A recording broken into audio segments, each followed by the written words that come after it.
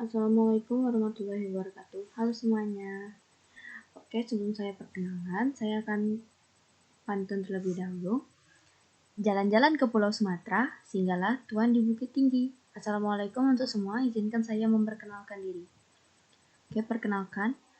Nama saya Odiva Kairunisa dari kelas 1E, program studi S1 Akuntansi, Fakultas Ekonomi dan Bisnis, Universitas Bengkulu. Di sini saya akan membuat ringkasan materi dari bab 10 sampai 15 mata kuliah Bahasa Indonesia dengan dosen pengampu Bapak Dr. Normanza, SPD MPD. Baiklah, sekarang saya akan menjelaskan tentang laporan penelitian dan artikel ilmiah hasil penelitian. Yang pertama ada hakikat penelitian. Hakikat penelitian itu adalah Penelitian adalah suatu usaha atau cara yang sistematis untuk menyelidiki masalah tertentu atau potensi dengan tujuan mencari jawaban dari masalah yang diteliti dengan metode ilmiah. Dari Sugiono 2020. Yang kedua, penelitian adalah suatu proses penyelidikan yang ilmiah melalui pengumpulan, pengolahan, analisis, dan penyimpulan data berdasarkan pendekatan, metode, dan teknik tertentu untuk menjawab suatu permasalahan. Selanjutnya saya akan menjelaskan tentang metode penelitian. Metode penelitian yaitu prosedur atau langkah-langkah dalam mendapatkan pengetahuan ilmiah atau ilmu dengan cara ilmiah. Itu dari Creswell tahun 2006. Cara ilmiah sendiri itu ada 5. Yang pertama ada rasional, itu masuk akal. Yang kedua ada empiris, yaitu dapat diamati oleh indera manusia. Yang ketiga ada sistematis, langkah-langkah yang logis. Yang keempat ada valid, ketepatan antara data yang sesungguhnya terjadi dengan data yang dikumpulkan oleh peneliti. Yang kelima ada reliable, yaitu derajat ketepatan dengan data yang diperoleh bisa dibuktikan penelitiannya pada waktu yang berbeda. Selanjutnya saya akan menjelaskan tentang penelitian yang baik. Penelitian yang baik sendiri itu adalah ada 7, yaitu yang pertama bermanfaat bagi kebaikan, mengandung nilai kebaruan ataupun novelty, tema up to date misalnya yang dikaitkan dengan COVID-19 seperti sekarang ini. Yang keempat menggunakan prosedur penelitian yang ilmiah dan dapat dipertanggungjawabkan. Yang kelima ada data dalam bentuk deskripsi, tabel, diagram, dan gambar. Yang keenam ada orisinil dan tidak mengandung plagiasi. Yang ketujuh bisa dipublikasi dan diakses dalam bentuk jurnal, proceeding, buku, dan lainnya. Oke, selanjutnya saya akan menjelaskan tentang siklus proses penelitian metode ilmiah ataupun scientific method menurut Creswell tahun 2015. Yang pertama itu identifikasi permasalahan penelitian. Terdiri dari menetapkan permasalahan, menjustifikasinya, menyebutkan pentingnya untuk menelitinya bagi audiensi tertentu. Selanjutnya kita akan tinjauan kepustakaan yang menemukan sumber, menyeleksi sumber, dan merangkum sumber. Selanjutnya kita akan menetapkan maksud penelitian yang mengidentifikasikan maksud pernyataan, mempersempit pernyataan, maksud untuk pernyataan atau hipotesis. Selanjutnya kita akan mengumpulkan data yang menyeleksi individu-individu untuk diteliti, mendapatkan izin, mengumpulkan informasi. Yang selanjutnya kita akan analisis dan interpretasi data yang menguraikan data, mempresentasikan data, dan menjelaskan data. Terakhir kita akan pelaporan dan evaluasi penelitian, yaitu memutuskan tentang audiensi, menstruktur laporan, menulis laporan dengan sensitif. Siklus tadi akan terus berjalan dari 1 sampai 6 tadi akan terus berjalan kembali. Oke, selanjutnya saya akan menjelaskan tentang perkembangan metode penelitian. Pertama, metode penelitian itu adalah metode penelitian kuantitatif ataupun positivistik atau deduktif, yaitu menguji atau membuktikan teori. Yang kedua ada metode penelitian kualitatif, itu menghasilkan atau mengembangkan teori. Yang terakhir ada perkembangan metode penelitian itu campuran, itu deduktif-induktif ataupun induktif-deduktif, itu membuktikan dan mengembangkan teori. Selanjutnya saya akan menjelaskan tentang tipe rancangan penelitian kuantitatif, kualitatif, dan campuran, dan pengguna utamanya. Yang pertama saya akan menjelaskan tentang rancangan penelitian kuantitatif. Rancangan penelitian kuantitatif itu terdiri dari 2, yaitu penelitian intervensi dan penelitian non-intervensi. Penelitian intervensi sendiri itu menjelaskan pengaruh antar kelompok, contohnya itu eksperimen. Penelitian non-intervensi itu ada 2, yaitu mengaitkan atau menghubungkan variabel dan pola seperti korelasional. Yang kedua ada mendeskripsikan tren untuk populasi orang seperti survei. Oke, yang selanjutnya saya akan menjelaskan tentang rancangan penelitian kualitatif itu ada 3. Yang pertama, mengeksplorasi pengalaman yang sama dari individu untuk mengembangkan teori. Itu seperti grounded theory. Terus yang kedua itu mengeksplorasi budaya yang sama sekelompok orang. Itu ada bisa juga studi kasus, histori, fenomenologi, analisis atau wacana. Ada juga etnografi. Yang ketiga, mengeksplorasi cerita individu untuk mendeskripsikan kehidupan orang. Itu seperti naratif. Oke, terakhir saya akan menjelaskan tentang rancangan penelitian kombinasi. Itu ada 2, yaitu mencakup mengombinasikan data kuantitatif dan kualitatif untuk memahami dan menjelaskan permasalahan penelitian dengan sebaik mungkin. Itu bisa jadi research ataupun development. Yang kedua ada menggunakan data kuantitatif dan kualitatif untuk individu guna meneliti permasalahan pendidikan yang mereka hadapi dalam ranah mereka, seperti action research dan lesson study. Selanjutnya, saya akan menjelaskan tentang jenis penelitian kuantitatif. Berdasarkan Gay, Mills, dan Arsian 2009, Mzer 2015, dan Creswell 2015. Jenis penelitian kuantitatif itu terdiri dari 3, yaitu yang pertama eksperimen. Itu ada uji beda 1 sampel, ada uji beda 2 sampel berpasangan, ada uji beda 2 sampel bebas, ada uji beda 2 rata-rata sampel tak bebas, ada uji beda 2 rata-rata sampel tak homogen, ada uji ANOVA, dan terakhir adalah analisis covariat. Yang kedua ada kolerasi, itu adalah tidak memberikan tindakan atau bagian dari ex post facto. Itu ada kolerasi sederhana dan kolerasi ganda. Di kolerasi sendiri ada regresi, yaitu analisis regresi ataupun anarek sederhana, ada anarek ganda 2 prediktor, ada anarek ganda 3 prediktor, ada anarek komponen utama. Jenis penelitian kuantitatif yang terakhir yaitu survei atau bagian dari ex post facto. Yang pertama ada cross-sectional, yang kedua ada successive independent sample design, yang ketiga ada longitudinal. Selanjutnya saya akan menjelaskan tentang jenis penelitian kualitatif. Jenis penelitian kualitatif berdasarkan Gay, Mills, and Arsian tahun 2009, Amzer 2015, dan Creswell 2015 itu ada 6. Yang pertama ada grounded theory, yaitu menghasilkan teori karena teori yang ada tidak bisa menyelesaikan masalah substantif. Itu fenomenanya yang dicari itu yang inti. Proses kejadian meliputi proses kejadian, kegiatan, tindakan, dan interaksi dari waktu ke waktu. Yang kedua ada etnografi, tema budaya terbentuk dalam satu kelompok, budaya yang sama, pola perilaku, keyakinan, dan bahasa yang sama. Kerja lapangan, etnografi realitis, studi kasus, dan etnografi kritis. Yang ketiga ada studi kasus, yaitu meneliti kasus secara mendalam dengan mempelajari latar belakang keadaan dan interaksi yang terjadi. Yang keempat ada naratif, yaitu mendeskripsikan kehidupan individu, mengumpulkan dan menceritakan atau menarasikan tentang kisah kehidupan seseorang, seperti autobiografi ataupun biografi. Yang kelima ada fenomenologi, yaitu menggali data untuk menemukan makna dari hal yang mendasar dari fenomena, realiti, atau pengalaman yang dialami. Yang keenam ada historis, yaitu fokus pada peristiwa atau waktu yang sudah berlalu dan melakukan rekonstruksi masa lalu dengan data atau saksi sejarah yang masih ada sampai sekarang. Yang selanjutnya saya akan menjelaskan tentang jenis penelitian campuran. Jenis penelitian campuran ada 6 juga, yaitu yang pertama penelitian pengembangan, yaitu menghasilkan produk dengan langkah-langkah pengembangan yang bersifat kuantitatif dan kualitatif. Jenis-jenisnya seperti penelitian produk dan peralatan ataupun penelitian modal.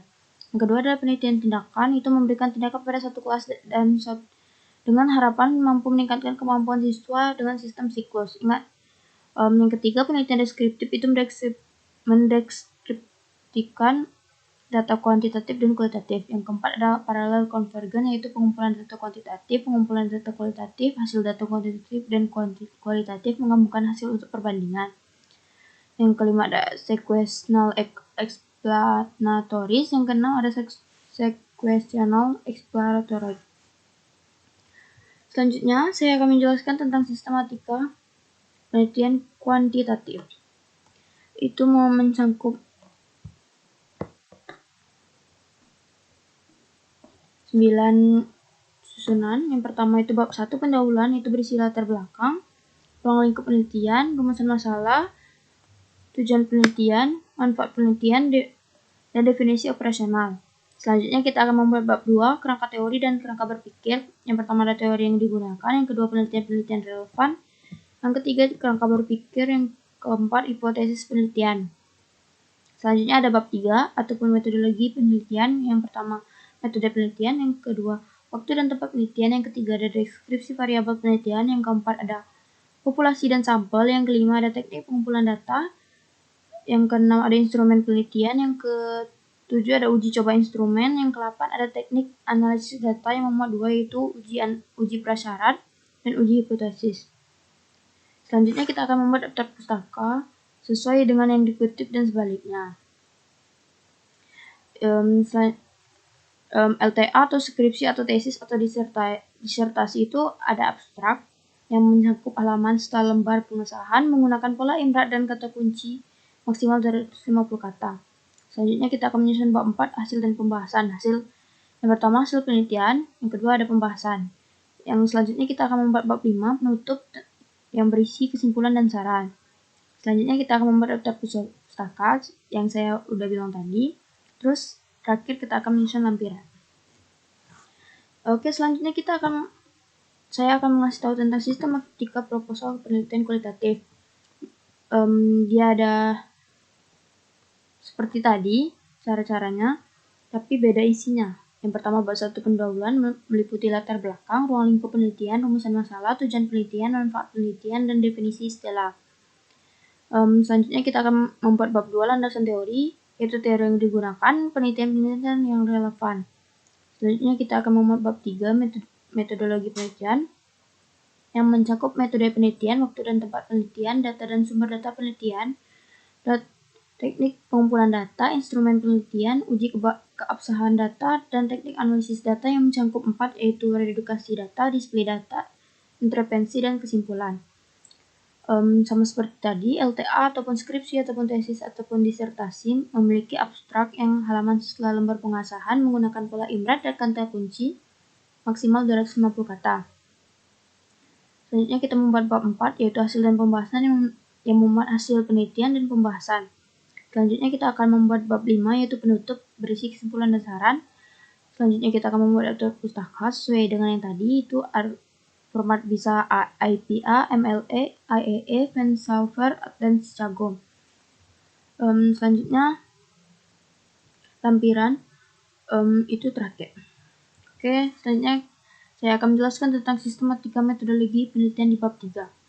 Mencakup yang pertama itu metode penelitian, yaitu prinsip pendekatan metode atau desain penelitian. Yang kedua, waktu dan tempat penelitian, menjelaskan waktu dan tempat penelitian. Untuk penelitian teks, tempatnya adalah teks tersebut. Yang ketiga ada data dan sumber data, menjelaskan data dan sumber data untuk penelitian kualitatif, populasi dan sampel untuk penelitian kuantitatif. Yang keempat ada teknik pengumpulan data, yaitu menjelaskan cara mengumpulkan data. Kuantitatif itu seperti tes dan kuesioner, kalau kualitatif seperti wawancara observasi ataupun dokumentasi. Tadi juga ada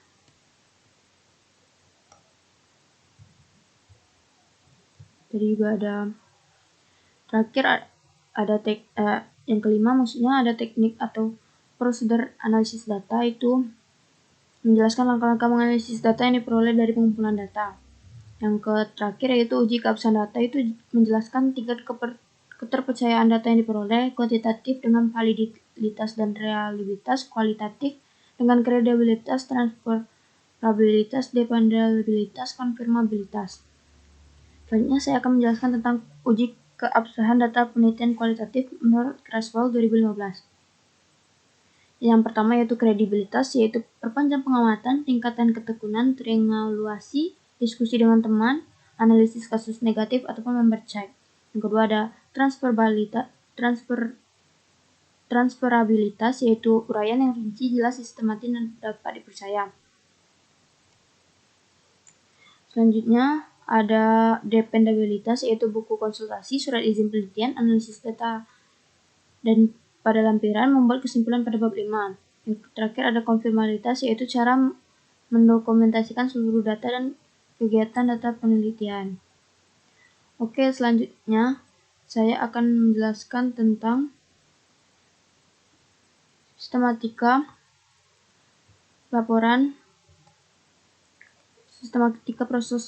proposal penelitian kuantitatif. Yang pertama ada bab 1 pendahuluan yang berisi latar belakang, ruang lingkup penelitian, rumusan masalah penelitian, tujuan penelitian, manfaat penelitian, dan definisi operasional. Selanjutnya ada bab 2, landasan teori, muat 4, yaitu teori yang digunakan, penelitian yang relevan, kerangka berpikir, hipotesis penelitian. Selanjutnya ada bab 3, metodologi penelitian, yang mencakup 8, yaitu metode penelitian, tempat dan waktu penelitian, populasi dan sampel penelitian, teknik pengumpulan data, instrumen penelitian, uji keabsahan data penelitian, hipotesis penelitian, dan teknik analisis data. Selanjutnya ada bab 4, hasil penelitian dan pembahasan, yang mencakup hasil penelitian dan pembahasan. Yang selanjutnya ada bab 5, kesimpulan dan saran, yang berisi simpulan dan saran. Selanjutnya kita akan membuat daftar pustaka diurut berdasarkan abjad, bisa menggunakan format APA, MLA, Chicago, dan lain-lain. Terakhir kita akan membuat lampiran, urutkan sesuai proses penelitian. Selanjutnya saya akan menjelaskan tentang sistematika proposal penelitian pengembangan. Itu bab 1 pendahuluannya mencakup latar belakang, ruang lingkup penelitian, rumusan masalah penelitian, tujuan penelitian, manfaat penelitian, dan definisi operasional. Bab 2 landasan teori mencakup 4 juga, yaitu kajian teori, penelitian yang relevan, kerangka berpikir, rancangan model. Di bab 3-nya ada perbedaan. Bab 3 metode penelitiannya mencakup 7, yaitu yang pertama metode penelitian, yang kedua tempat dan waktu penelitian, yang ketiga ada prosedur penelitian pengembangan, tahap 1 studi pendahuluan, tahap 2 tahap pengembangan model, tahap 3 evaluasi. Yang keempat ada teknik pengumpulan data, yang kelima instrumen penelitian, yang keenam ada teknik analisis data, yang ketujuh uji keabsahan data penelitian. Selanjutnya ada bab 4 hasil penelitian dan pembahasan, yang berisi hasil penelitian dan pembahasan. Selanjutnya ada bab 5 simpulan dan saran, seperti tadi yang memuat simpulan dan saran, daftar pustakanya yang seperti tadi, dan terakhir ada lampiran. Selanjutnya saya akan menjelaskan tentang sistematika proposal penelitian tindakan kelas. Kalau sistematika proposal penelitian tindakan kelas itu bedanya ada di bab 1 sampai bab 3. Yang bab 1-nya memuat 6 juga, tapi beda isinya. Yang pertama adalah latar belakang, ruang lingkup penelitian, rumusan masalah penelitian, tujuan penelitian, manfaat penelitian, dan definisi istilah. Bab 2-nya ada kajian teori, penelitian yang relevan, kerangka berpikir, dan hipotesis tindakan. Bab 3 metodologi penelitiannya ada 9, yang pertama metode penelitian, yang kedua tempat dan waktu penelitian, yang ketiga prosedur dan penelitian, yang keempat ada populasi dan sampel, yang kelima ada teknik pengumpulan data, yang keenam ada instrumen penelitian, yang ketujuh ada uji keabsahan data penelitian, yang ke-8 ada teknik analisis data, dan yang ke-9 ada indikator keberhasilan tindakan. Oke, saya selanjutnya akan menjelaskan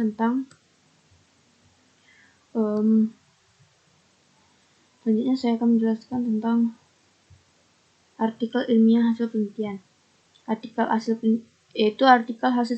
penelitian berupa ringkasan hasil penelitian yang disusun dengan sistematika, bahasa yang menarik, dan dengan gaya selingkung jurnal yang dituju dari Dalman 2018. Yang pertama ada judul, diikuti nama penulis, instansi, dan email penulis. Yang kedua ada abstrak dalam bahasa Indonesia atau bahasa Inggris yang berisi masalah, potensi penelitian, tujuan penelitian, metode penelitian, teknik pengumpulan data, teknik analisis data, dan hasil penelitian, serta diikuti kata kunci, maksimal 250 kata dan spasi 1.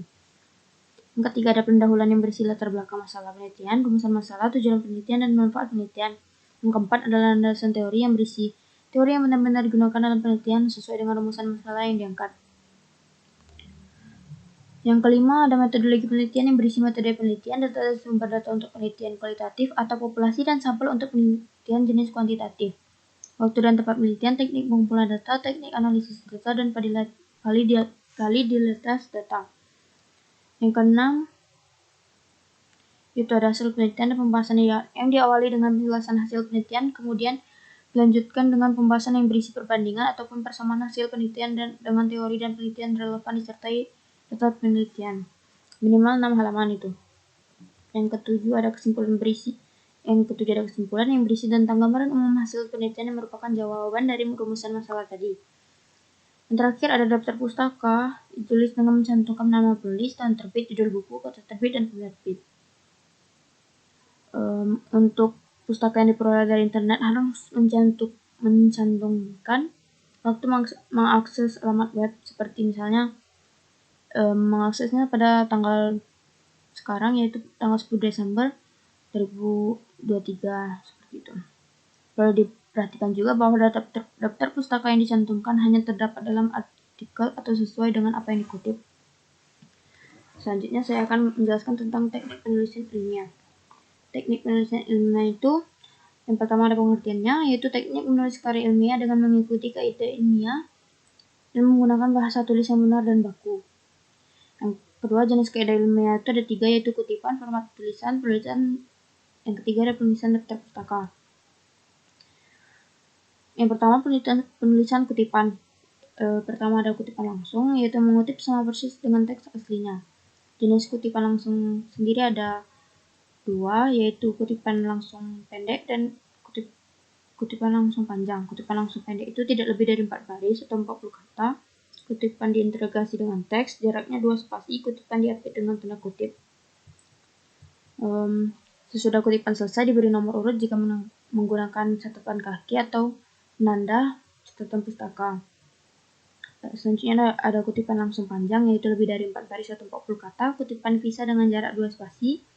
Jarak kutipannya 1 spasi, tidak menggunakan tanda petik. Sesudah kutipan selesai diberi nomor urut jika menggunakan catatan kaki atau penanda catatan pustaka. Kutipan menjorok ke dalam 5-7 ketukan. Yang kedua ada kutipan tidak langsung, yaitu mengutip dengan cara mengambil intisarinya dengan bahasa sendiri. Aturan kutipan tidak langsung itu kutipan diintegrasikan dengan teks, jarak 2 spasi, tidak menggunakan tanda kutip. Sesudah kutipan selesai diberi nomor urut jika menggunakan catatan kaki atau penanda catatan pustaka. Selanjutnya kita akan menjelaskan tentang penulisan catatan pustaka ataupun body note. Jika nama pengarang dituliskan sebelum bunyi kutipan, ketentuannya yaitu buatlah kalimat sesuai dengan keperluan, kemudian tulislah nama akhir pengarang, lalu tahun terbit, titik 2 dan nomor halaman di dalam tanda kurung. Baru kutipan ditampilkan, baik dengan kalimat langsung maupun tidak langsung. Yang kedua, jika nama pengarang dicantumkan setelah bunyi kutipan,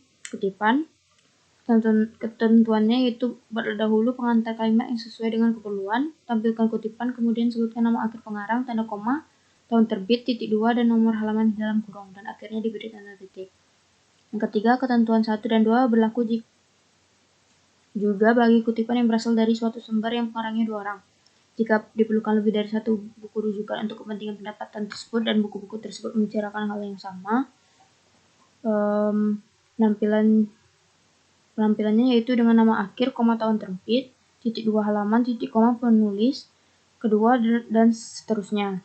Jika nama pengarang lebih dari 2 orang, yang disebutkan hanya pengarang pertama dengan memberikan et al. Atau dan kawan-kawan di belakang nama tersebut.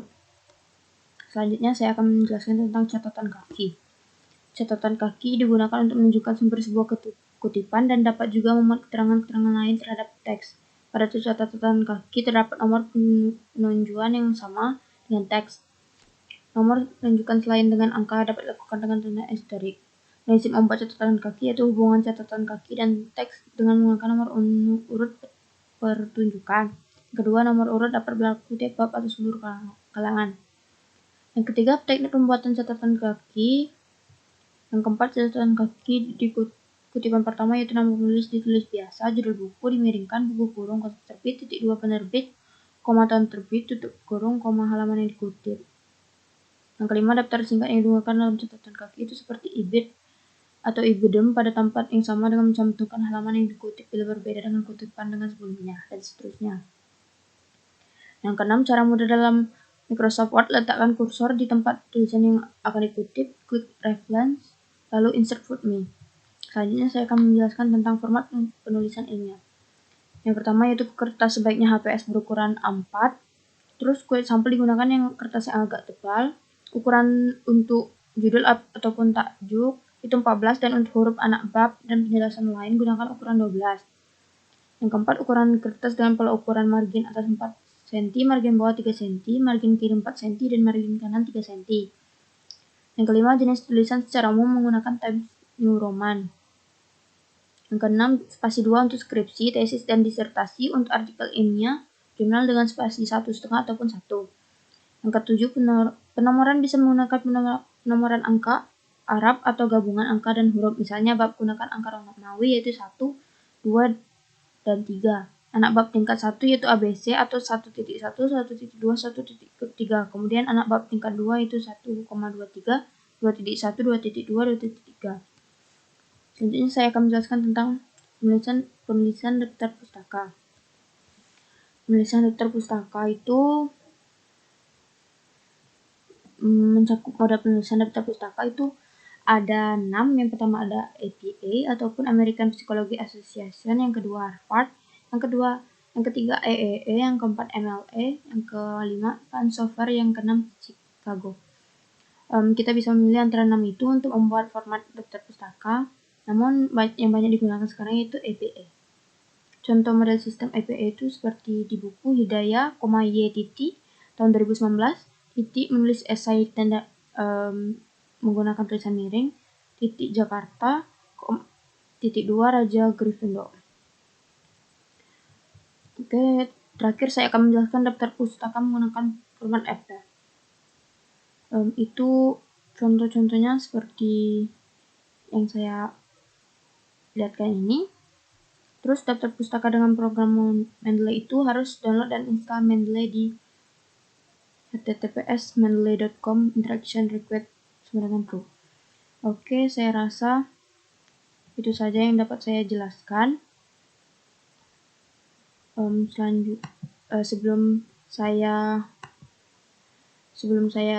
akhiri, saya akan berpantun terlebih dahulu. Sungguh manis buahku ini, buah dimakan dengan cepat. Berakhir sudah video kali ini, semoga bisa memberi manfaat. Sekian penjelasan dari saya tentang bab 1-15. Saya mohon maaf kepada Bapak Normanza jika ada salah kata ataupun salah kalimat ataupun saya tadi agak belibet. Maafkan saya. Kepada Allah saya mohon ampun. Terima kasih. Wabillahi taufiq wal hidayah. Wassalamualaikum warahmatullahi wabarakatuh. Bye bye semuanya.